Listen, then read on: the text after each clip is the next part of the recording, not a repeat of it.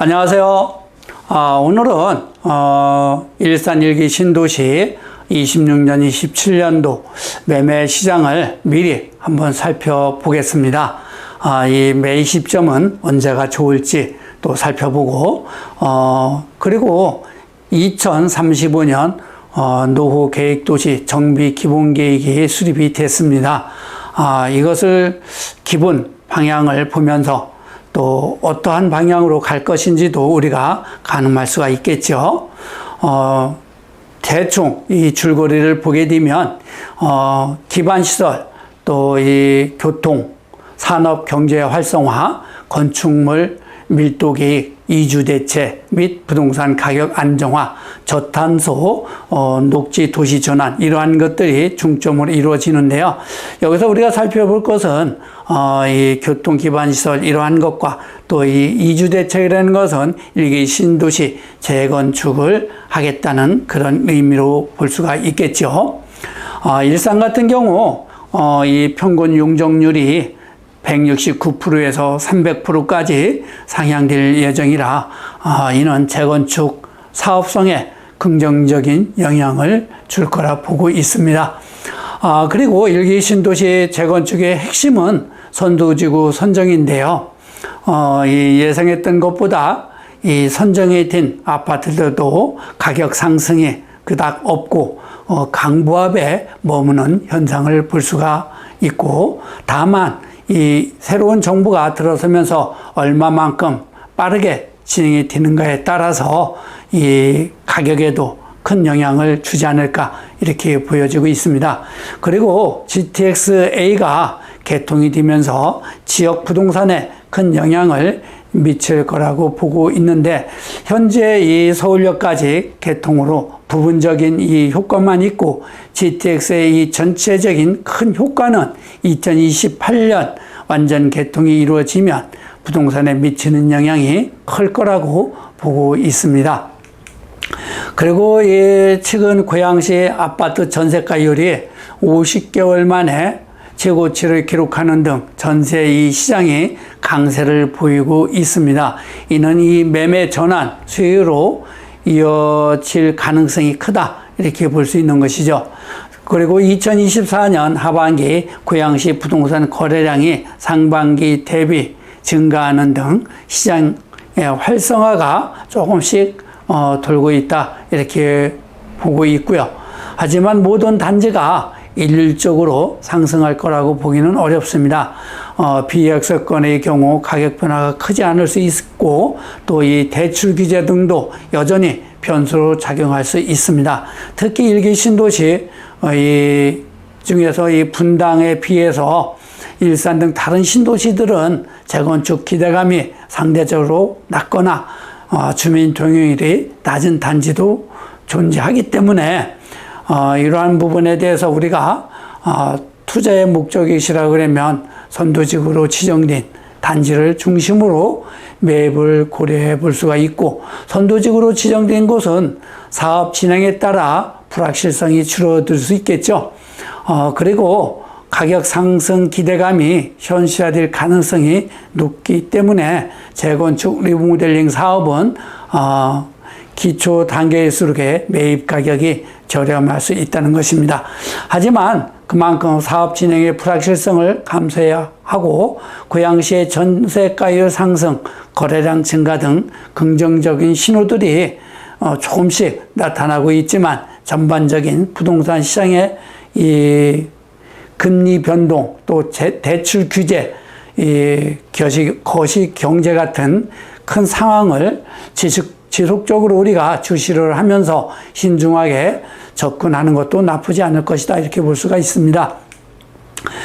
일기 신도시 미래 가치는 다음과 같은 요인에 의해 결정될 수가 있는데요. 특히 고양시 같은 경우는 일자리만 많이 만들어지면 모든 것이 해결될 수 있다 이렇게 볼 수는 있습니다. 일기 신도시 특별법을 통해서 용적률 상향, 안전진단 면제 등 재건축 사업성이 개선될 여지가 아주 큰 것이죠.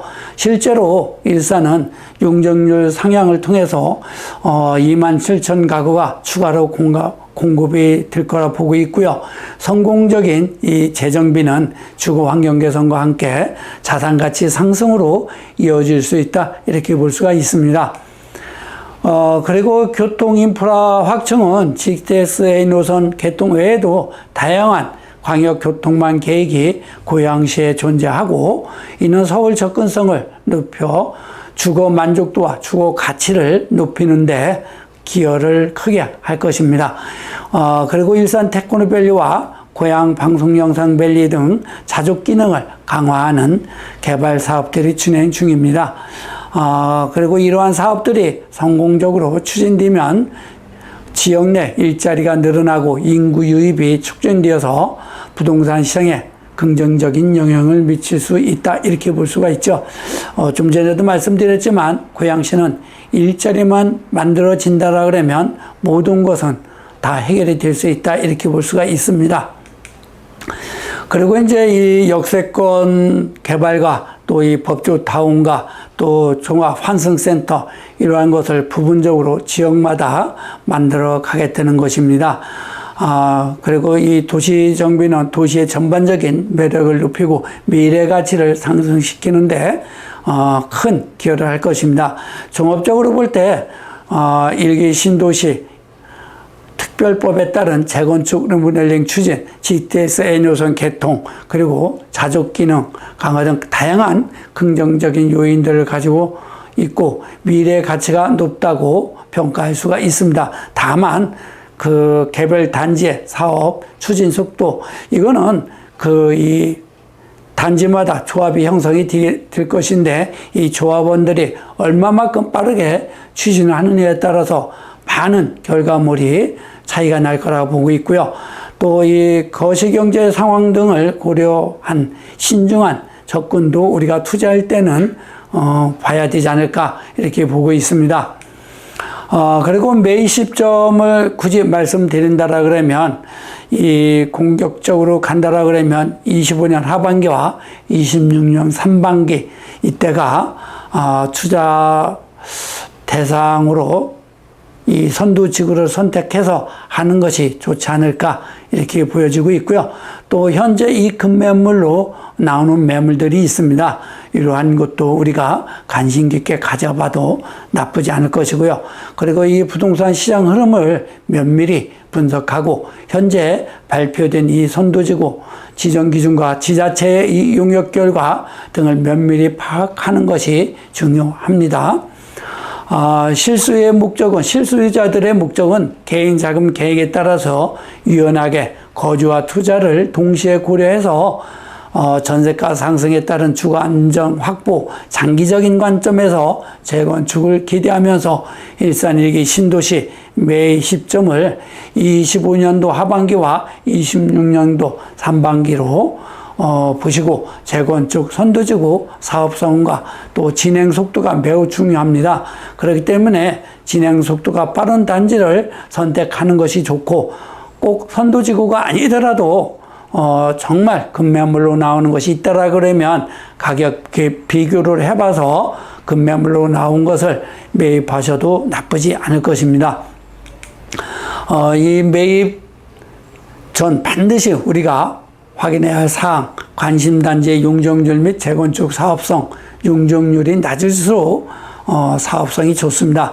그리고 또 주민 동의율, 재건축 추진에 필요한 요소이죠.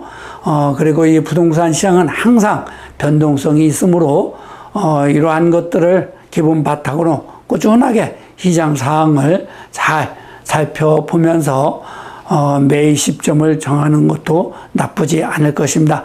그리고 관심 있으신 분들 전화 주시면 각 단지별로 좋은 매물을 잘 선택할 수 있도록 안내를 해드리겠습니다. 감사합니다.